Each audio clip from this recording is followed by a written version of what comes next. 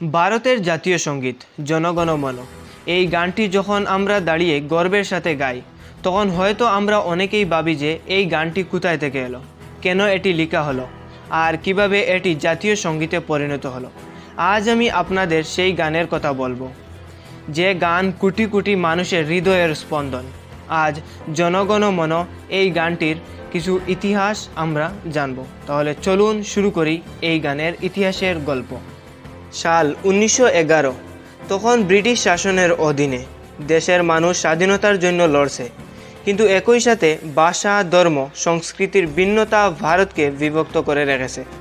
প্রয়োজন ছিল এমন একটি গান যা সব ভেদাভেদ ভুলিয়ে দেশের মানুষকে এক করবে।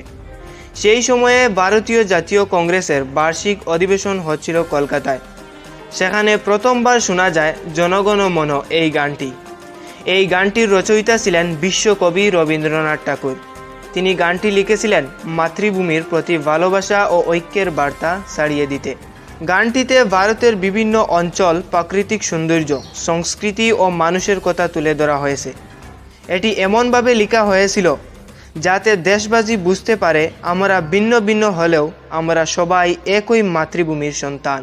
1911 সালের 27 ডিসেম্বর কলকাতার বাঙালি মিলনায়তনে অনুষ্ঠিত কংগ্রেস অধিবেশনের দ্বিতীয় দিনে ভোরবেলা জনগণ মন গাওয়া হয়।